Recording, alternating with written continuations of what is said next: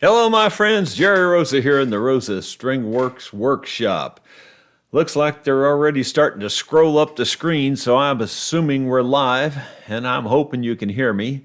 The reason I say that is because this microphone, for some reason, was deactivated yet again, and I have no idea why. It's... All I can say is my t-shirt says it all. It's just not easy being me.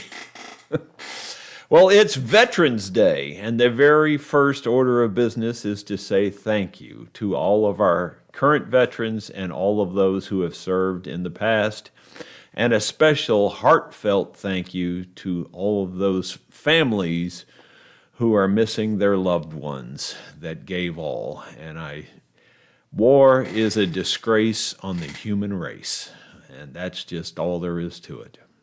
There's no other way to put it.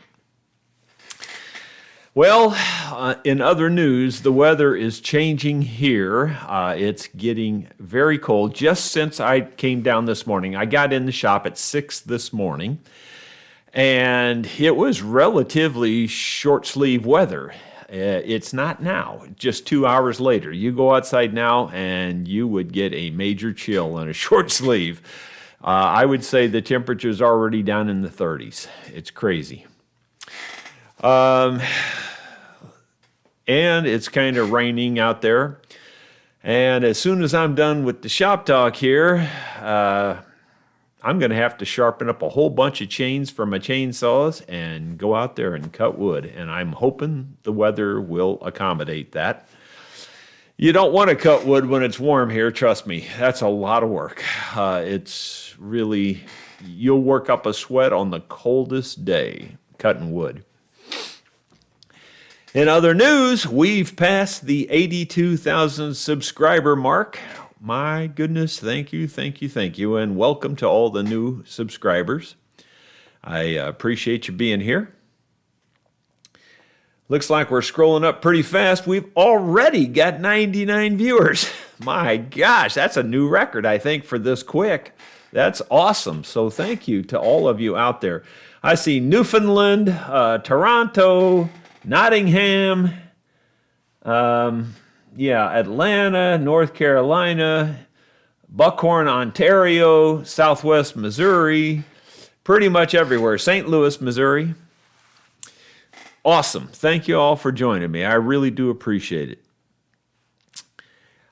Deer season starts tomorrow here on the farm, and as I've already mentioned, I'm going to be taking, pretty much the rest of the day, and for the next roughly 10 days or so, I'll be more or less on vacation. It's a working vacation, but it's a vacation from the norm, In other words, I won't be here in the shop working on instruments or working on videos or things. Now, there is a chance I'll probably put out a video or two in that time frame, but they'll be probably about miscellaneous topics, whatever I happen to be doing on the farm at that point in time. We do have a couple of videos in queue already that I think you're going to enjoy. I've watched both of them, and they both look like good videos, and Emery's produced those. So I'll turn one of those loose this evening, and we'll wait a little while before we turn the next one loose, because try and spread it out a little bit, especially since I won't be doing a daily vlog next week. Let's see, the next thing I want to show you, a few people have commented on the flowers the wife is growing. So here's a couple of pictures, more recent, of those same two orchids. If you look on the left, that one there, I'm not good with colors, but I'm going to say it's kind of a purple, maybe purplish red. I'm not really sure, but you can see it's doing really well. That was the one that my granddaughter called and said, "Grandma, you have to come get this orchid. My mom is killing it." That's exactly what she said. And so Grandma took it in and nursed it back to health. And then you can see the one on the right. I think presently it has 9 blooms, and that last one to go, if you see down there on the very tip end, it's got one more bloom to go. My wife says they have no smell. Now, I have a very sensitive taste and a very sensitive smell, and I can smell them, and I think they smell good. Now, you can't smell them from any distance. You got to be very close. But I can smell them, and I think they smell pretty good. They're not nearly as fragrant as most flowers, but you can smell them. Well, at least I can smell them. So anyway, off that subject and moving on, I found 2 new artifacts last afternoon. I went out there around 4 o'clock and hunted for about 30 minutes till about 4:30. And in that time, I dug 2 new artifacts, and I think they're pretty cool. The first one is this, and you know, again, most the old timers that have used wood stoves will recognize this almost immediately as being another foot off of a wood stove. Here's the first one we found. And you can see this hasn't been cleaned up much at all. It's just been brushed off. This one's still got all the dirt fresh on it from finding it yesterday. And I think they're a match. I'm pretty sure it's an identical match. At least I think it is. And this one was found very deep in the ground. It was like a full foot, maybe even a little bit more than a full foot in the ground. I'm not sure how deep this one was. The other find that we made is yet another axe head. This was down 15 inches at least. It may be deeper than that. And believe it or not, that thing's still sharp. I'm not kidding you. It's sharp. You could actually cut yourself on that. This edge's not quite as sharp, but it was 15 inches in the ground, and you can see it's broken right here. And it's got to be from the 1800s. It has to be. And I am going to try to clean this up, and if at all possible, I plan to make a video on restoring this axe and putting it back to use. I think that would be kind of cool. I think it'd be a kind of a neat video. I'm not 100% sure it's restorable, but I think it might be. There's a lot of heavy-duty flaking you can see here. A lot of the metal is flaking off of it, but if there's enough left to restore, I'm going to do that. Okay, those are still pretty muddy. Got to get the rest of the mud off my hands. Moving on, the next item of business was I said I was going to take the clamps off on that Gibson guitar this morning. And I promise you, I have not peeked, so I have no idea what we're about to see. I'm hoping it's good. So here on camera, we'll take them off. I'll take off one at a time. Now, the idea was, if you remember, this has a deep canal. The pickguard had shrunk so much that it was a very deep canal.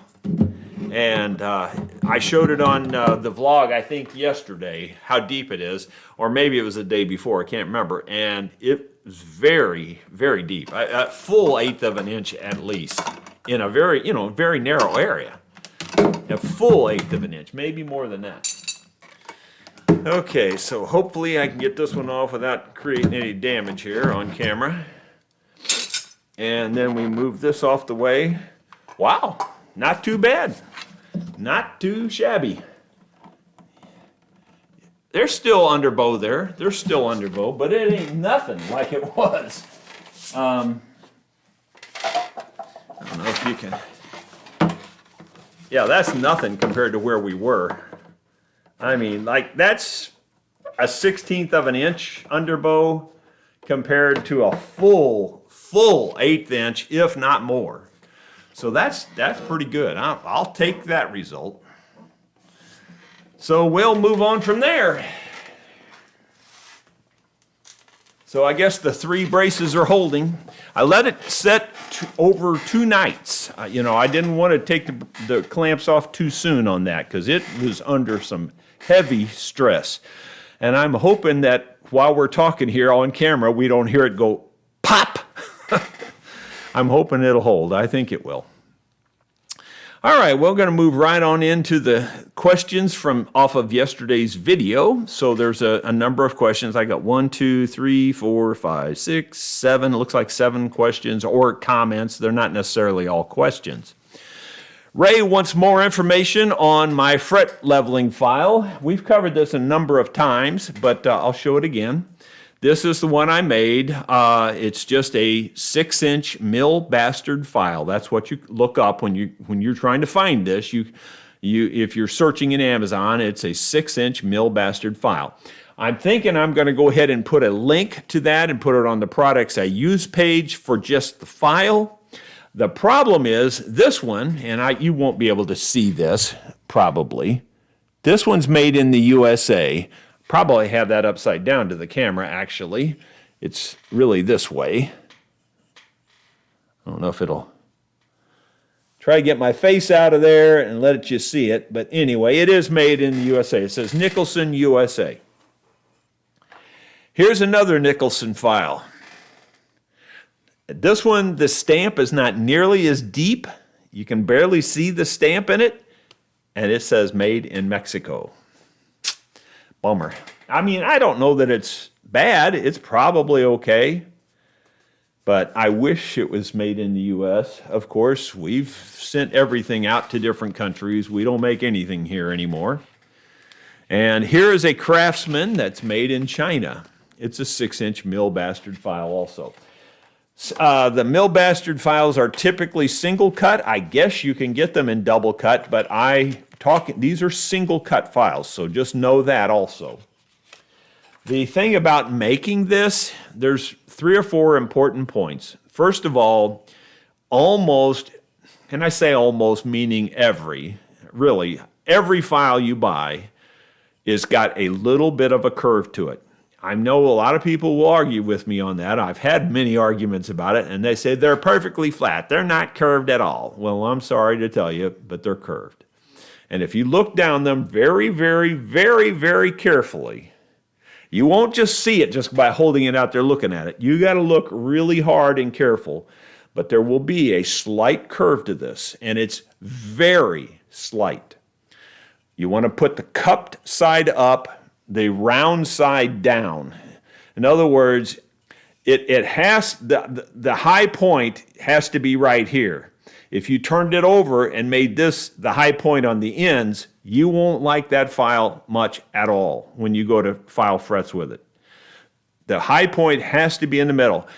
How high is it? Like 1,000th or 2? So you've really got to look close to tell it, but it's there. You need to look and get it and turn it the right way. That's point number 1. Point number 2 is you need to bevel off this end. In other words, take it to a grinder, grind that end off so it's round. Take it to a grinder. Point number 3, grind off this end. Well, maybe point number 3 is attaching it to a wooden block. The wooden block is, of your own design, really. It should pretty much mimic the shape of the file on the bottom, and then it's pretty much whatever is ergonomically, good for you, what makes your hand happy, I guess you'd say. And I put a little hole in mine so I can hang it on my wall, but that's it. That's all there is to it. Hope that helps you. Question number 2. It's not really a question. Charles, CHAS1355 is the username, and TX Crafts and Ed D all agree that the Mills Novelty Company is in fact a novelty company, and they don't actually make violins necessarily, but they use these violins in their violin machines. Yeah, and that's probably true. I don't really know. The violin is very well made. I don't know who made it, but this is one of the more exceptional manufactured violins that you'll see. It's made very well for a manufactured violin. And it's very possible that that these came without labels and Mills puts their own label in them, or it's possible that Mills took out the label and put their label in it. I don't know. I see no actual sign of this being attached anywhere. In other words, there's no wear marks where it may have been clamped into a machine. I see nothing like that. But apparently these were played in mechanical machines, along with like other instruments, like a piano or something like that. And Mills made these automated musical machines. So that is, some neat history you find out about that. I appreciate you all telling me that because I didn't look it up. If I spent all kinds of time just looking up all these things, I'd never get anything done. And that's the truth. So it's not that I'm saying that's a bad thing. I think it's a good thing to look them up. I just don't have the time to look up everything. So I'm glad you guys did. I'm glad you told me what it is. And I'll be sure to share that with the customer. So that's pretty cool. This next one's a very, very, very good question. I see this username all the time. Have no idea how to pronounce it. HOXOX123, and I think I got that right. I typed that from memory, so I may have mistyped that actually. I should have looked it up again. But anyway, that username is asking, if worm gears slip on an adjustable wrench, which they do, and I'll agree with you that they do, then why don't they slip on tuning keys? It's the same basic principle, and it's a very, very, very good question. And I'll try to give you my best explanation for it. Okay? First of all, as probably most everybody knows, screws come in variable pitch threads. For instance, you've got, a rough thread, say like on a 1/2-inch bolt, which would be a 13, I believe it is, and then a fine thread, which I think is an 18 on a 1/2-inch bolt, but I could be wrong on that. I didn't look it up. But anyway, they have different pitch threads. Well, your tuning keys on your guitars are not dissimilar that way. They do have variable pitches on your threads on your worm gear also.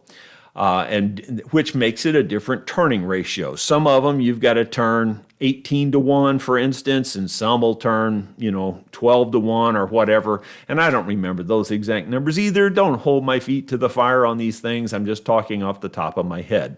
The point is that you have different ratios. The finer that ratio is, the very much less likely it is to slip. But in any case, the tuning keys are typically much finer than the teeth or the worm gear on an adjustable wrench. An adjustable wrench has fairly large teeth, and it's also, and there's another important point here that I haven't gotten to yet, and I'll make that point here in a moment. But those adjustable wrenches have large threads so that you can adjust it fairly quickly. If you had really fine threads, you'd be turning, trying to get it up, to close it up from a 3/4 down to a 1/4 or whatever. So they have a fairly large thread so that you can adjust it fairly quickly. So that's your first reason why they can slip. But your second reason is probably even the more important reason, and that is that there's much more looseness and backlash in the adjustable wrench than there is in your tuning keys. Your tuning keys have much less backlash. Now, they still have backlash, and that's why I tell you, very importantly, that you always tune up to the note. Whenever you turn backwards on your tuning key, at that first bit of turn, you've just introduced backlash, and if you leave it there, that post is going to pull that backlash out of there. The string is going to spin the post and spin it out to where the backlash catches up. And that's why it's going to feel like your tuning keys are slipping. That's why you always and only tune up to the note. You never tune down to a note. So if you go past the note, you tune way below it, and then you come right back up to it. If you do those things, your tuning keys won't be slipping on you. They're just geared slightly differently than the adjustable wrench. It's a very, very, very good question. But you can't, I'm telling you right now, you can't put a pipe wrench on a tuning key right there and get, in other words, if you put a pipe wrench or a vice grips on this and you spun this, you're going to twist it right off. This key is not going to turn. Ask me how I know that. It ain't going to happen. I just can tell you for sure, you're going to twist it right off. Okay, but that was a very good question. I'm glad you asked that question because I think a lot of people probably were wondering about that. Oh, he's wrong. Those things can turn. They will not turn. I'm not saying I've never seen it happen, because I have. I have actually seen those turn and slip, but it's on tuning keys that are really, really wore out. For instance, they never got any oil for one thing, and maybe they were just wrenched down on really hard for whatever reason, and it wore the worm gear out. Those kinds of issues, that's aside from your normal standard tuning key. So that would be like an exception. But on your typical well-maintained tuning keys, they're not going to slip on you going backwards. It just doesn't happen. Where you feel that they're slipping is you're not tuning up to the note. I guarantee you. It's just the way it is. Anyway, what is my take on torrefication? This is asked by James. Torrefication or torrefied wood. And the truthful, quick answer, James, is I don't have a position on that at all. I truly don't. I don't know this much about that, and that's the whole truth of it. Do I have a suspicion? Yeah, I do have a suspicion. I have a suspicion it's another marketing ploy, because there's tons of them in music. There's just tons of them. Tons of them, tons of them, tons of them, tons of them. And it's just another thing to hyper yourself into a frenzy about. It's torrefied wood. Okay, man, awesome. I'm not saying there's no difference. I'm not saying that. But I am saying I'll bet you 80% of it is a marketing ploy, if not 90% or more. So that's where I stand on it. I don't know a thing about it, so I just want to be clear. I'm not telling you that it doesn't work. I'm not telling you that there's no difference. I'm telling you that I really don't know a thing about it, but I have suspicions. And my suspicions are it's a marketing ploy. But you could prove me wrong on that. And I will stand corrected, and I'll stand up and tell you all I'm completely wrong on that if I see a difference. But I haven't seen a difference yet. The next question is Pogmo. That's his name. I do not know. I would assume maybe from Vietnam or somewhere like that. Pogmo. He's asking about Bigfoot and the and other people, and I don't think it was him, but it could have been, was asking about Ozark Howler and some of these other things that are out in the woods. Well, the truth of it is, I ain't never seen one. Now, I know a lot of times you think, this guy's just way off the top, because I say these things all the time. I've got no reason to lie about anything. No reason at all. It's not going to make me better looking if I lie about these things. I have probably spent as much time in the woods as anybody you'll ever know in your life. I truly have. From the time I was about 13 to the time I was 28, when I started doing the music thing, about 28. From about 13 to 28, I don't think I ever missed a single weekend during any hunting season where I wasn't hunting. Now, that's every weekend, and archery season's 3 months long. And I would spend the whole weekend hunting. It's just the way I was. I just loved it. And I mostly just love sitting out there. That's the truth of it. I just love it. And so if anybody's ever going to see a Bigfoot or an Ozark Howler, by now, it should have been me. And I ain't never seen one. But people keep continually asking these things in the comments, in the questions, and I have been ignoring them up to now. But I thought I'll just go ahead and address it and just, Anyway, the point is, I don't see it, I don't believe in it. And my son, he likes to pretend he believes in it, and he's always talking about it. But yeah, it's whatever. I don't think there's any such thing, and I don't believe there's any Bigfoots out there anywhere. I mean, when little insect this big can't go undetected, because we know about, I mean, I'm not saying we haven't that we've discovered everything. You know what I'm saying? The point is, we've discovered microorganisms all over the world, even in Antarctica, and yet we can't find a Bigfoot living amongst, large cities on the edge of the woods, So, no, they're not out there. Period. End of discussion. You can believe what you want. Nan asks, how do you determine the real value of a 1953 Gibson LG1? On the eBay sites and different places, he's seeing a range from $3,000 to $5,000.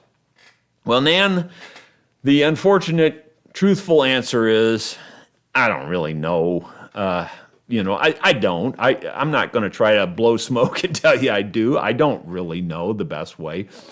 But the truth is, as you probably realize at this point, that you can ask anything you want for anything you put on eBay or on Amazon or anywhere. You can ask anything you want.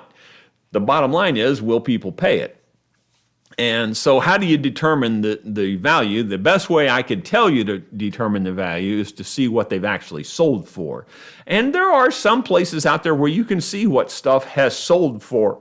And then that will give you a better indication of what you could ask for it. And of course, you want to ask your top dollar. You can always go down, but you don't want to sell it too cheap.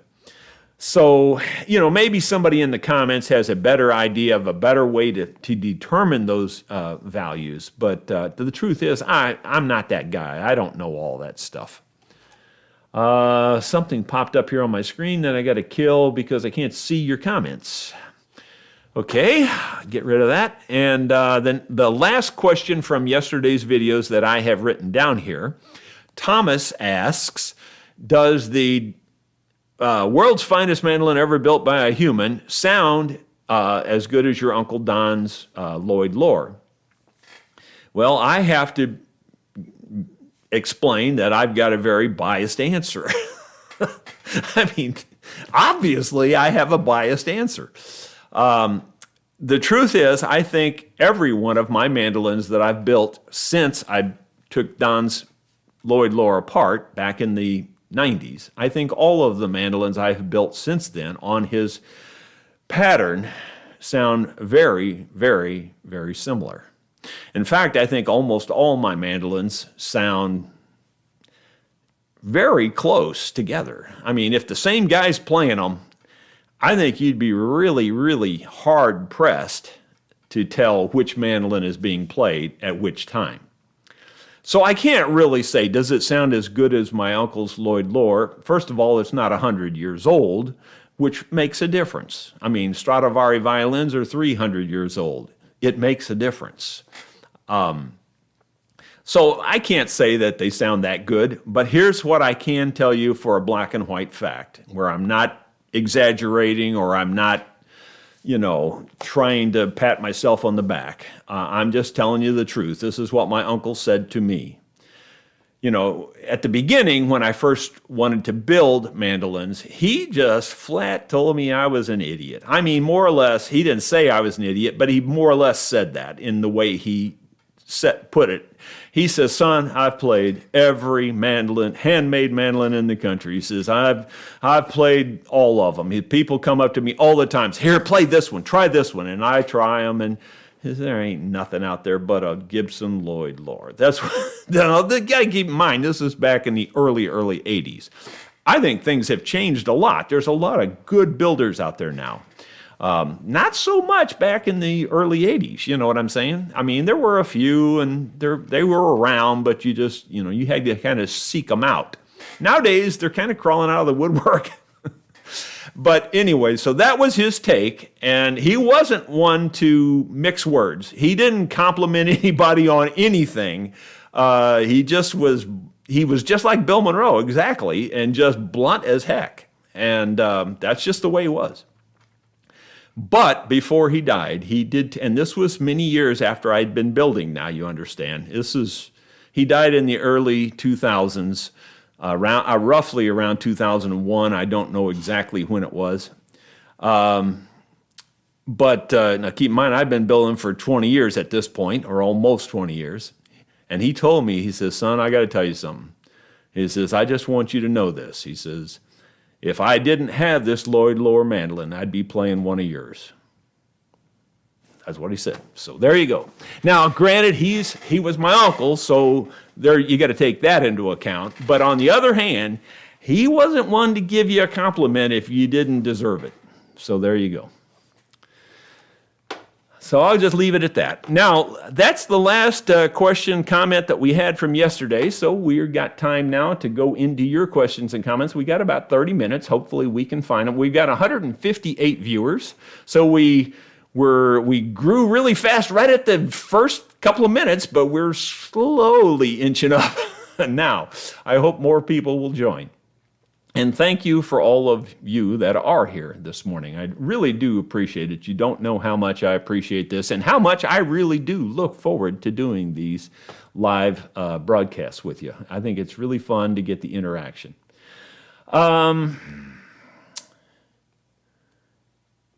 Let's see. I'm looking for question marks. I'm back at the top. James Akers says, Jerry, how thick are the mandolin tops before you start carving? The tops are, I'd have to look it up to get an exact number, but they're pretty close to 1/2 inch on the tops. The backs, I think, are slightly thicker than that. Just not very much thicker, but a little bit thicker than that. So about 1/2 inch roughly, and that's really close. I don't know the exact number, but really close to 1/2 inch.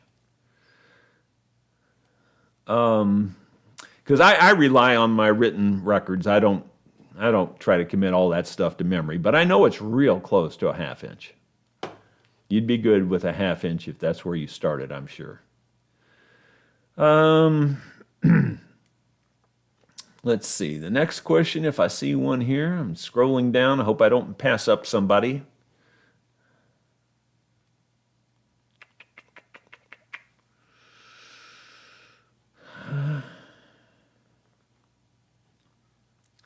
Andrew, I see Andrew a lot from Scotland. He says he's just checking in. He enjoys the finds that we're showing of all the old artifacts and things. Thank you, Andrew. I appreciate you always being there. I love your comments. George French, it's 57 degrees in central Massachusetts. I'll be hitting the trails later. You know what? It's colder than that out here right now. It was probably around 57 when I came down here, but I'd say it's in the 30s now.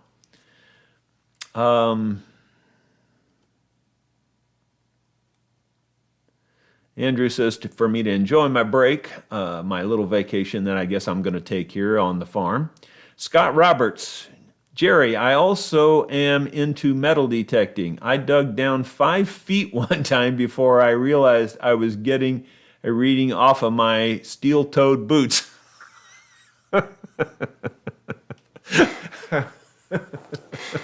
That's pretty funny.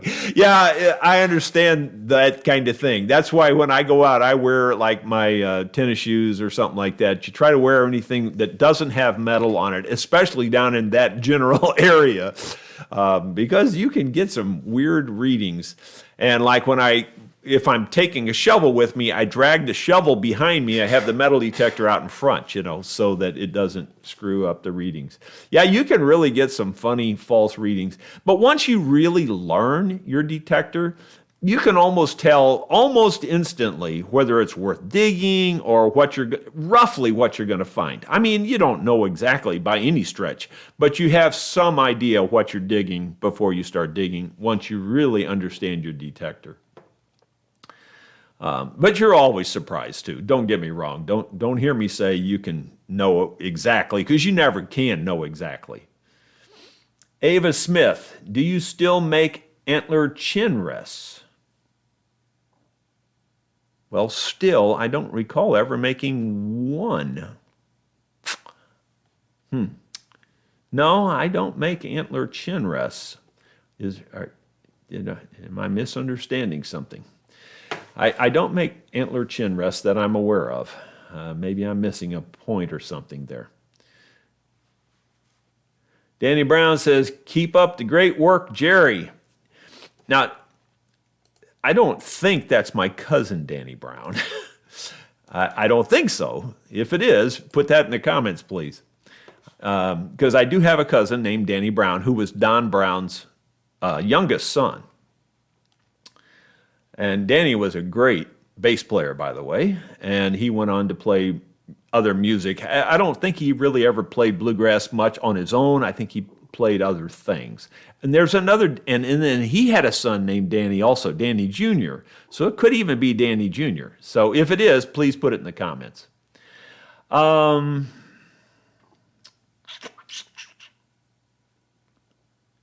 Zappa says he's also seen files that have a twist. So, I'm talking about the underbow, and they all do have a very, very slight underbow, and it's just from the heat treating process. Whenever you heat treat a piece of metal, it's going to take on a slight bow or change. It always does. It's just a fact of the way metal works when you work it.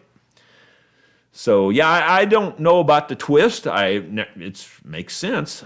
So, yeah, you want to watch for that. Typically, I don't see the twist, but I guess it could happen.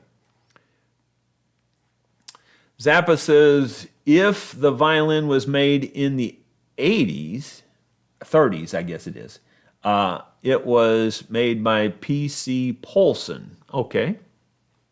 I don't know. If I was just looking at this violin, and of course that's what I am doing, and I was just trying to guess an age, I would have guessed it based on nothing but looks. I would have guessed it from the 20s, 30s time frame. That's just a guess. And I think that's going to prove to be fairly true. So I don't know if it was made by Paulson or not. Monofavoriden, I guess is the way you say that. Would you do a show that's all about different jigs you ever came up with for building and repairing instruments? Well, I have covered that in the past a time or two. I'll see what I can come up with for the best jigs, at least. I've made hundreds of miscellaneous small things. In fact, they're laying around the shop, and I pick them up and I go, what did I use this on? I mean, a lot of times I just can't remember because I've done hundreds of them. But I'll try to maybe in the next shop talk, I'll try to cover something like that, and if I can remember it, and I'll try to write it down on my list for next shop talk. But I'll try to cover that, and I think it's a good topic. It's a good idea. I'll see what I can come up with. James, Bill Hyder gave me a super chat, and thank you very much, Bill. You are a very generous person. He's the one that bought the Gibson mandolin and the violin that was on the last auction. Both of those were fine instruments, so he got a good deal on both of those instruments, in my opinion. But he was the one that stepped up to the plate and helped the old fella out, and I appreciate that. As I mentioned to you, I pretty much lost my tail on that whole deal, which I wasn't expecting to make money. He's an old friend that I really don't know very well. I mean, he used to come to the jams years ago, and I would see him at jams, but that's the only way I knew him. I didn't really know him well. Didn't even really know his name, to be truthful. But when he told me he wanted to sell all of his instruments, I thought I would try to help him out. So that's the way that turned out. Okay, it scrolled up quite a bit here, so I got to find my place again. I'm sorry. It's just the way computers are, if you know anything about computers. Ava Smith asks again, I think it's the second time, do you still make antler chin rests? I know nothing about an antler chin rest, so sorry, no, I don't make them. Fabric, I don't know how to pronounce these usernames. Anyway, it starts off with fabric is part of the name there. IOCP is the rest of it. Hello, Jerry. The B string on my acoustic guitar sounds a bit dead and weird when picked open. I've tried adjustments on the saddle and nut, but it didn't help. Could a fret job resolve the issue? Well, if it's probably not. If you're picking it and it's open and it's an open string and it sounds muted or weird, I'm not sure what the problem would be. If it's not in the nut or if it's not in the saddle, then I don't know how to help you. Typically, it is in the nut or the saddle, and it's another one of those things. It's kind of like this file. You really have to look close to see where the problem is, especially because your saddle's only this wide, and like in other words, if your string is riding on the back of your saddle and it's not riding on the very front edge, the leading edge, that's the last place it should touch. And if it's touching there and it still sounds weird, well, then it's got to be in the nut. And that would mean that it's exact opposite on the nut, then that it's riding on the front of the nut. And then when it gets to the point where it's on the fretboard side, that's where it should make the last contact.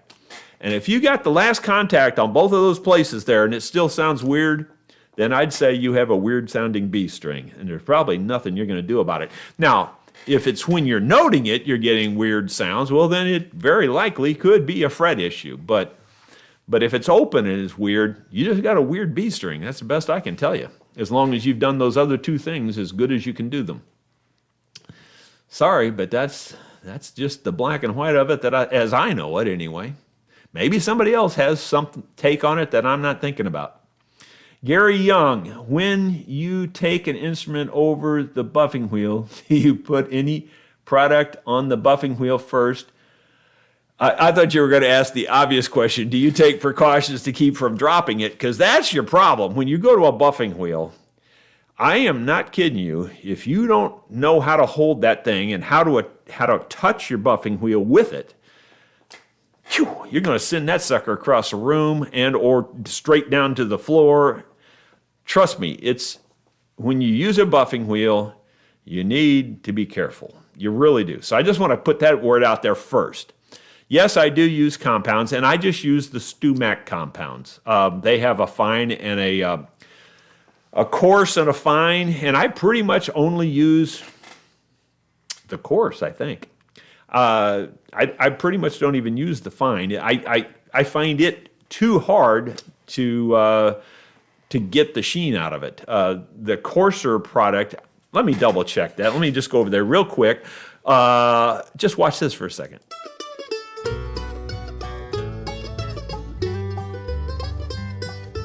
Opal's got a little shop, coffee, tea, and soda pop, written on the faded window sign. Ruby and Pearl are her best friends. There you'll find the three of them, Monday, Wednesday, Friday. I'm back. Well, let me rephrase it. They have a dark and a light, and I've written them on here. This is the light, this is the dark. Because when I look at them, I can't tell any difference. But anyway, you can see which one is much shorter. I use the dark much more than I use the light. And these are from StewMac. At least these are pretty old, so I don't know if they still have this brand or what, but this is Menzerna. Menzerna, I guess is the way you'd put it there. Polishing compounds. And like I said, dark and light, I use the dark. There you go. Good question, because I didn't even remember what it was, because I've been using it so long. I mean, I do use the light, but honestly, the light doesn't seem to do nearly as well as the dark for me. By the way, the only other thing I will say about the buffing wheel, and let me just kind of demonstrate it here. Like if you're buffing the edges is really where it'll grab a lot. Like you're buffing these edges here, you don't want your wheel, you don't want your wheel to come up over the top edge here. You want to keep it down here on the side. As soon as you let your wheel grab here, it's going to grab that thing and jerk it down. So you need to have a good grip on it. You know, you always want to have a really good grip. I grip it like here, like I'm trying to save my own life. I hold on to it there that tight.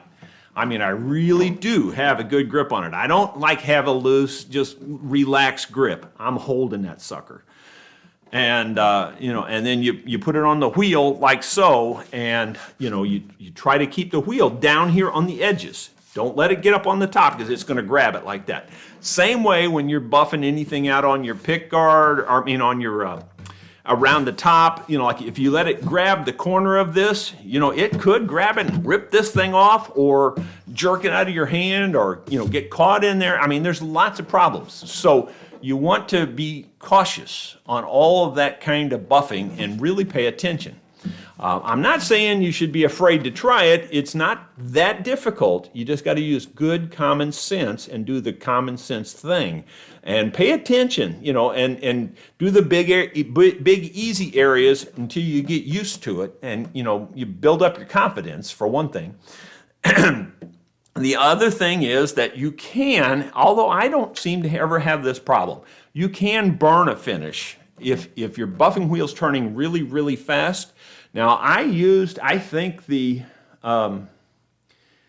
think I actually got the whole kit from StewMac, and pretty much their gear ratio and everything spins it at the proper speed. It's not too fast, and therefore I've never had a problem with trying to burn anything. It never seems like it wants to burn to me. I just buff and don't have any problem at all. If you had a real high speed and a narrow pad on your buffer, it'll burn right through your finish.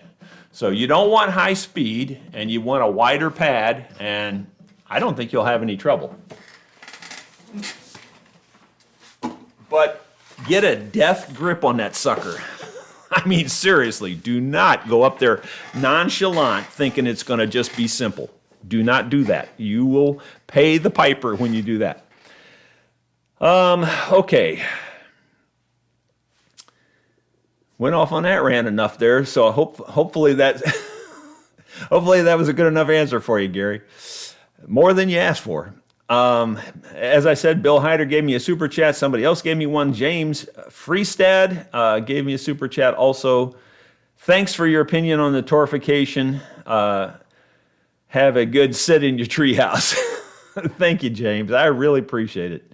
I hope you understand where I'm coming from on the torfication, guys. I don't like to sound like a know-it-all, and I don't like to sound like you know, I'm hard and fast on everything, because I'm not. You know, I'm very flexible on most things.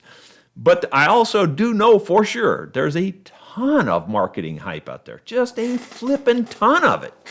And, you know, it's so that the salesman in the store can go, this one has torrified wood.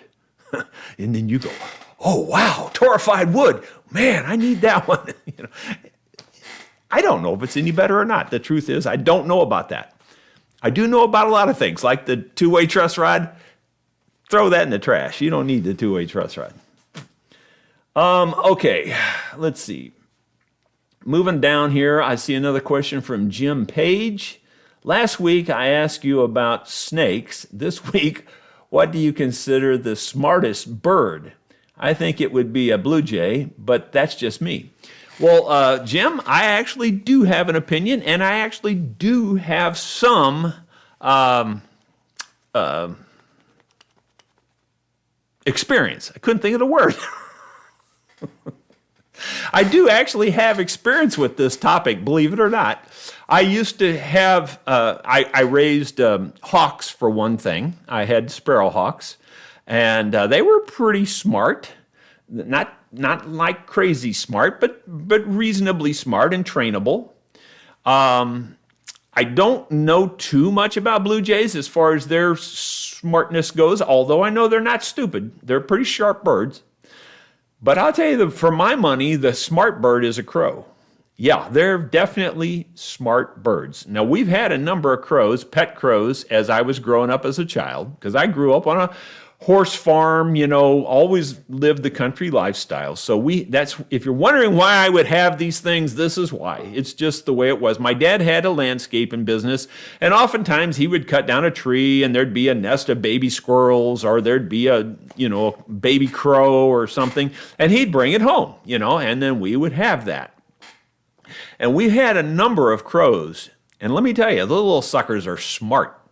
One of the crows that my dad raised in his own barn, this is probably the most, I'm trying to think of what we call that crow now. I know my brothers and sisters would know just instantly, but I can't think of its name right now. It had a name. Anyway, it would sit in my dad's barn, and my dad had an indoor riding ring. It was an unusual barn. It was a big, really big barn, 120 feet square roughly, and in the middle was hay storage and stalls around the middle. Like there were stalls around the middle, and then there was hay storage inside of the stalls, with an opening to get in there, of course. But anyway, so he would ride around all of that, and the crow would sit on the inside sort of that riding ring, but up against like the stalls or the hay area. And when he would ride around, the crow was trained to say, "Looking good." So just about every time the horse would go by the cage, the crow would say, "Looking good." He could also say a bunch of other words. He would say, "Elmo." That was my dad's name, Elmo, or he went by that.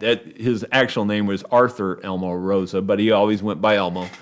And trying to think of what else. It said other things. I just can't remember. But the crows, and no, they didn't split his tongue or anything like that. He just could talk, And a lot of the crows can talk if you teach them to talk. They're just like a minor bird or some other type bird. But crows are really smart. They truly are smart birds, and they recognize people's faces. There's been lots of studies on that. And like some people will, can feed a crow out of their hand or whatever, but some other person that's been mean to the crow will just go the other way. They know better. So that would be my take on it. I know you didn't expect to learn about crows today when you tuned in here, but the truth is, I do have quite a bit of experience with crows. We've had a bunch of them. Okay, moving on. Let's see. There's a bunch of exclamation points here instead of question marks. Let me see what that is.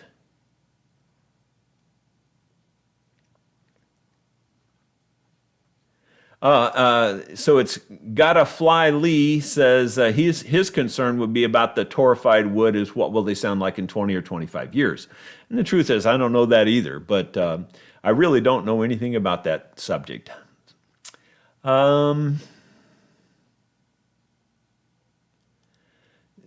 Crabtree, I noticed his question here, but he doesn't have any question marks on it. James Crabtree asks, can I use poplar wood for a mandolin? Well, the truth is, I don't know that I have used that, I know I've used poplar wood back in high school in the wood shop class. I know they had some. But honestly, I don't recall using poplar since then or being around it since then. So my test for whether you can use it or not on an instrument is you take a small piece about the size that you would use to make your back or sides, and you hold it up and you tap on it. If you can't hear it ring, now I will admit there's an art to doing that. I mean, you can't just, if you don't know how to tap on a board, you probably aren't going to be successful tapping on any board. Let me try to show you that technique. Watch this.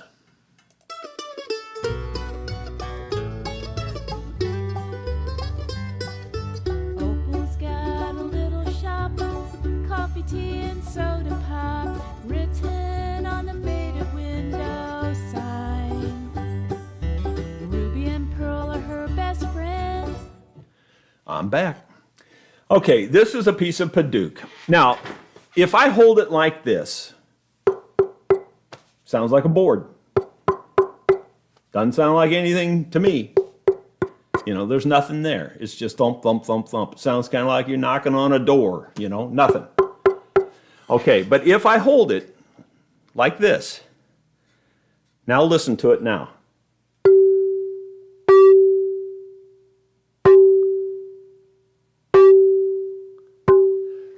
Huge difference. Huge difference. I hope you can hear that. And I hope you can hear the difference, because it's a huge difference. You could hear it in here in the shop, I guarantee you. You could hear it from here to the door over there. You could hear the difference. Okay, so you got to know how to hold it. And you practice holding different boards and tapping on them. And try it. And, you know, like it's a certain height from the top. Like if I hold it right up here, nothing. See? See, I'm still doing it with 2 fingers, but nothing. When you hold it down about right there, instantly you can hear a huge difference. It's all in how you hold it. It's all in how you tap on it. So my point is, if you can hear a good ring like that, then yeah, you can make an instrument out of it and it'll be a good sounding instrument. If it doesn't, like in other words, when you do this and you're holding it right and you hear a thunk, kind of like you will with oak for the most part. I'm not saying you'll not get any tone out of oak. You will probably get a little bit if you do, but it won't be like this. And if you're going to go to all the trouble to build an instrument, make sure it sounds something like that, you know, where it's really got some tone. Hope you got something out of that. That's a good lesson, actually. You know, if you're going to build instruments, that's a real good lesson, is how to hold the board, how to tap on it, and how to listen to it. Hope that makes sense. More than anything, I hope it came across on the microphone so that you could hear the difference, because it's a huge difference.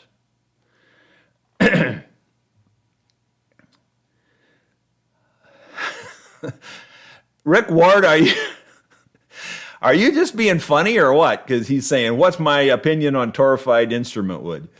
I'm going to assume you're just being funny, because I've covered that.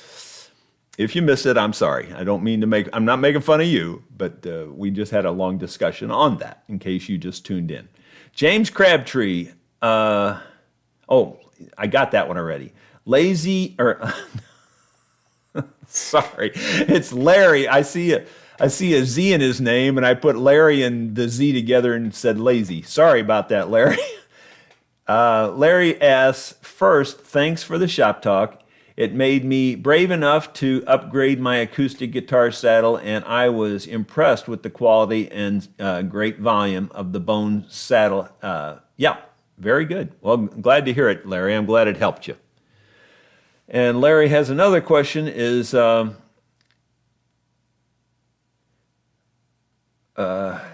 ran into a problem where the intonation was actually flat on a couple of strings until I realized it was because the strings were rested last along the top of the saddle.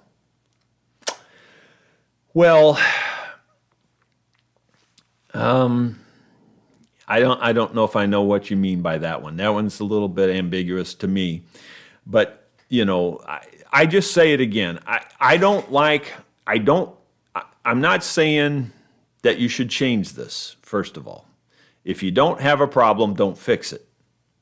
But if you're hearing, you know, some weird sounds in your saddle, then I would recommend that you bevel your saddle from the back where the pins are, and, you know, at a slight angle from the pins, a slight angle up. And that way the high point there is the last place your string will touch. And then it'll be a clean, clear signal. I mean, it only makes common sense. It's just common sense. If the string is crisp on the end there, and now the string can only vibrate in the air, that's the only place it can vibrate, it's as good as it can be done.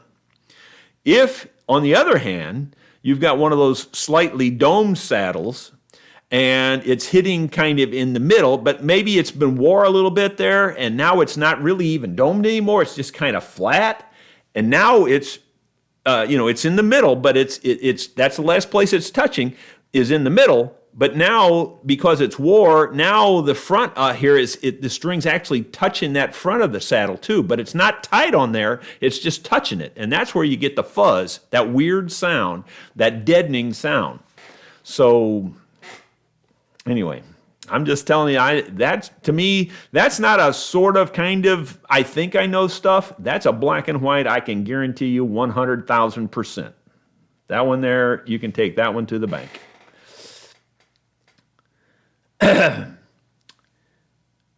Alan says, have you tried a finer cut than a mill bastard to result in less scratching? Well, Alan, I'll be honest, I don't know a whole lot about files in that regard, and no, I haven't. I don't even know that there is a finder. I'm sure there is, because there's always stuff you don't know about tools and things, and to me, I've just always used a mill bastard file. It seems to work just fine. And I'm not too worried about the scratching, because you're going to scratch it up anyway when you go back to recrown it, so I don't know. It's not that big a deal. Dickie Adcott says, are the buffing compounds in your products I use? No, they're not, because I got them from StuMac, but you raise a good question, and if I can find what I think would be suitable compounds, I'll put them in there. I'll try to remember to do that too. I don't have anything else to do. Ed D, when are you coming out with a line of RSW plaid shirts? Oh, you just hit me where it hurts. You know what? I don't care whether they're plaid. I can also tell you this with black and white 1,000% certainty. You're looking at the guy, the one person on the whole planet, the person who could care less about fashion than anybody you've ever met in your life. There is nothing. I could care less about fashion. You could be wearing a $10,000 suit, and the guy standing next to you could be wearing a Kmart special, and neither one of you are going to make any impression on me. It's just that simple. Just black and white. So I wear these because they're warm, these flannel shirts, they come this way. If they were solid, I'd wear them anyway. It wouldn't matter to me. That's just the way they make them.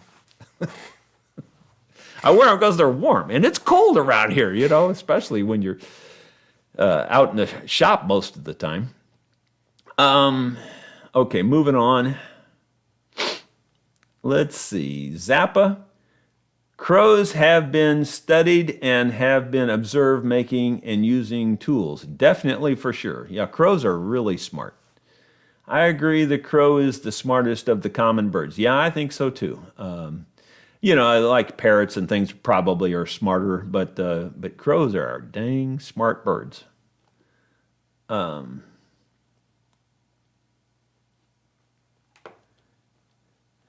Geary Redmond says he's noticed that the torrefied tops are very brittle. Well, that wouldn't surprise me one little bit, because that's kind of like another common sense thing, you would think.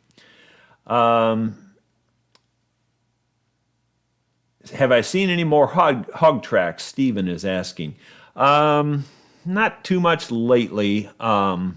They've tore up one of our trails back through there really badly, and it's pretty rough to ride over, but I haven't noticed any within the last 2 weeks. I haven't noticed any more sign. It's probably probably even 3 to 4 weeks ago is when the last sign I actually noticed. Lloyd is asking, I agree that crows are right up there with African gray parrots when it comes to intelligence and problem solving. Yeah, crows are just dang smart birds, I can tell you for sure. Like I said, we've had, I don't know, probably 4 or 5 crows over the years. And they were all pretty dang smart. But the one that really got me, though, was the one in my dad's barn. That little sucker could really say a lot of words. And he could whistle, and he was a pretty smart bird.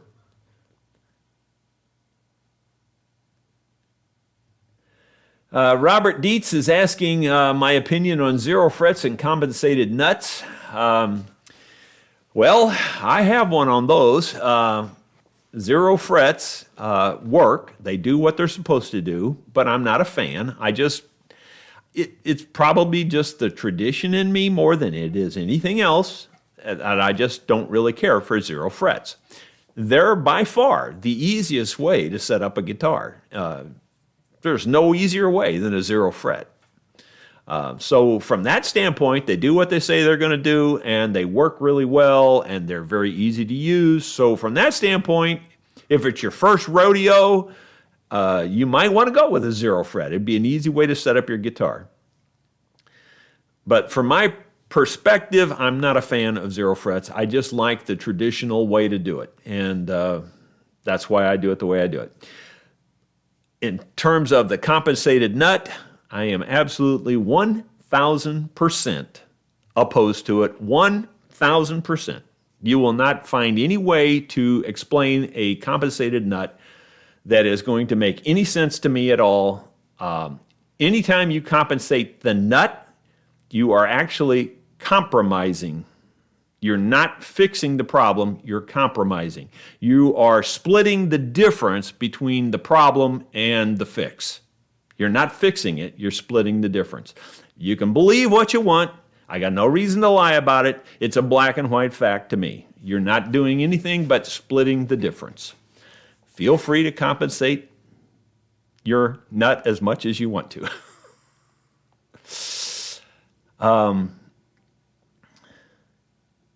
Let's see, I'm trying to find it here. It scrolled again on me. I saw it scroll out of the corner of my eye. So I got to find my place again, sorry. James Akers, where does Padauk grow? Well, I always thought it was South America, but, I'm thinking it's more Africa now. I really never looked that up, to be truthful, but I actually think I saw not too long ago that it was from either Africa or Madagascar or someplace like that. I don't know for sure.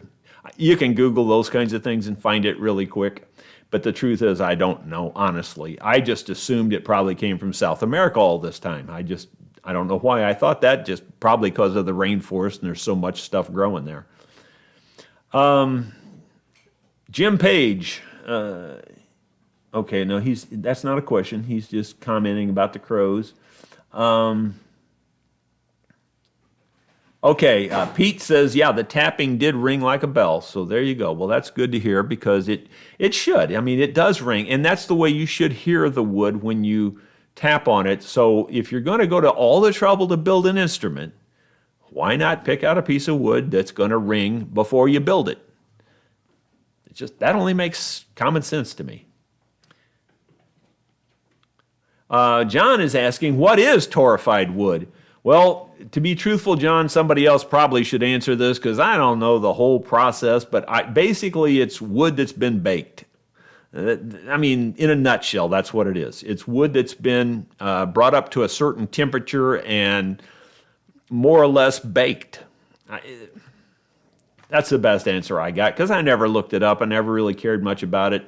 I'm not interested in it, to be truthful, so I never really got serious about looking it up. Quite impressed by the lesson on the tone wood. Well, thank you, Gene.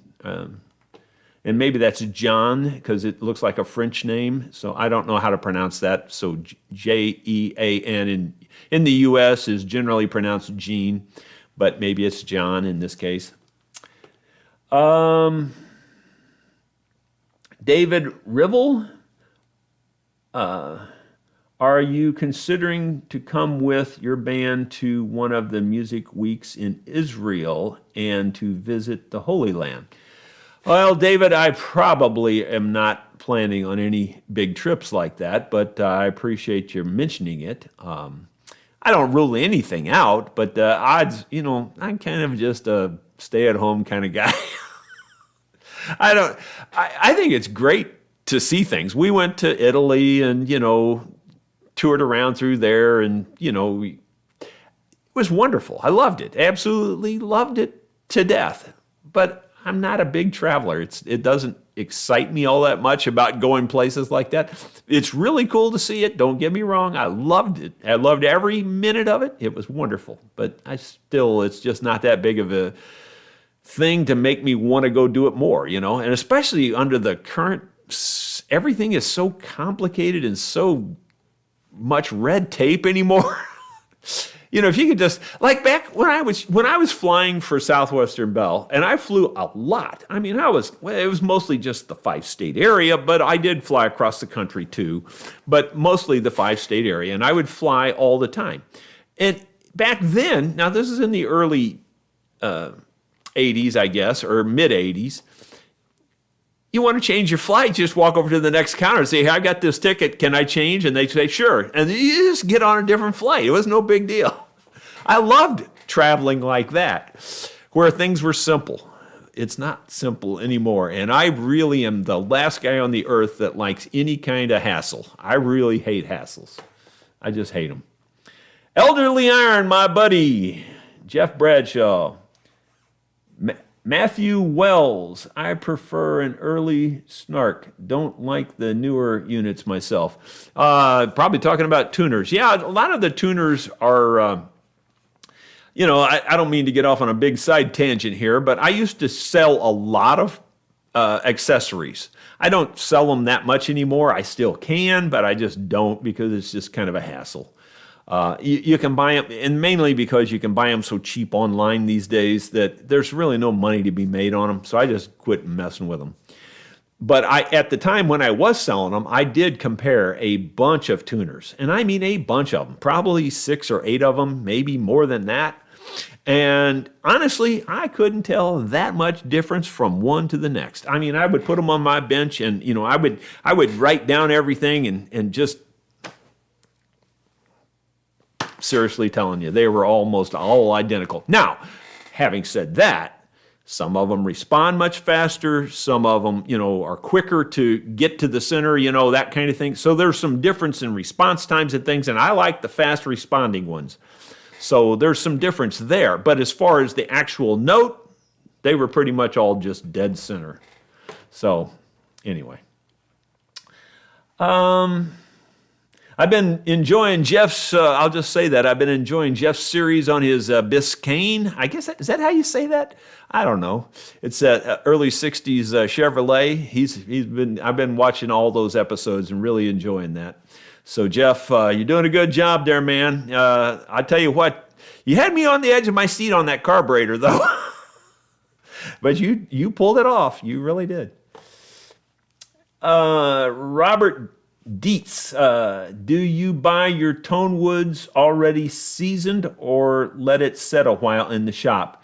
The answer to both of those is yes.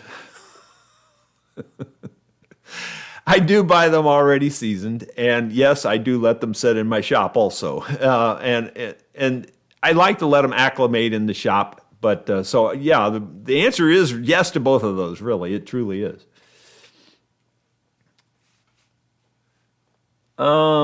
Looks like we're out of time now, and I'll just go take one more question here. Dickie Adcock looks like the last question. Vaguely remembered my dad using some kitchen gelatin to make some kind of a glue. Am I nuts, or is this possible? You know what? You might be thinking about, I think that's possible. I'm not familiar with that. So that's possible, I would say. But what I remember, people, the old timers especially, making paste with flour, and they would use it to put up wallpaper. I don't know if you all have ever seen that done or not, but and I don't remember the ingredients, but as far as I can remember, it was mostly just flour and water. But that's just, a kid remembering what I saw. I don't really remember how they did it. But I do remember making it out of flour and water and putting up wallpaper, making a paste out of that. So there's probably something to it, Dickie, because gelatin is kind of the basis of hide glue. So yeah, there's probably something to that. As I've always said, hide glue is an acronym for holds initially, delaminates eventually. It's what keeps those good old boy violin shops in business, because they know if they fix it, 10 years from now, they're going to get to fix it again, or 5 years from now even sometimes. There you go. Elderly Ann says, correct, thanks, Jerry. You are welcome. So if you haven't watched Elderly Iron, you ought to tune in over there. He's a good guy. Jeff and I talk every once in a while on the phone. I will admit Jeff calls me more than I call him because I'm not a phone guy. I don't ever call anybody. That's the truth. So it's no slight to Jeff. I just don't call people, period. And I think that came from working for the telephone company for 27 and a half years. I was on the phone all day long for 27 and a half years. So yeah, whenever I can avoid the phone, I pretty much do.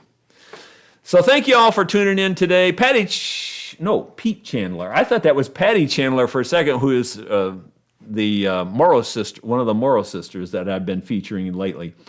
But it says Pete Chandler. He's got his thumb up. Thank you. So thank you, Pete. I enjoyed the entire show. Flour and water is the glue for paper mache. Yeah, okay. Yeah, I hadn't thought of that, but that's true. My grandfather always called flour gravy paper hangers paste. I love milk gravy, by the way. I like everything that you can't really taste. Anything with a bland taste, that's what I like. So pretty much what would taste like cardboard to you, I just really enjoy that. Thanks again, you guys. I appreciate you all tuning in. We'll see you probably in 2 weeks. I don't plan to do a shop talk next week, but then again, I might surprise you. You just never know. I probably won't do one because of the deer season. So we'll see you in 2 weeks. Thank you so much for tuning in.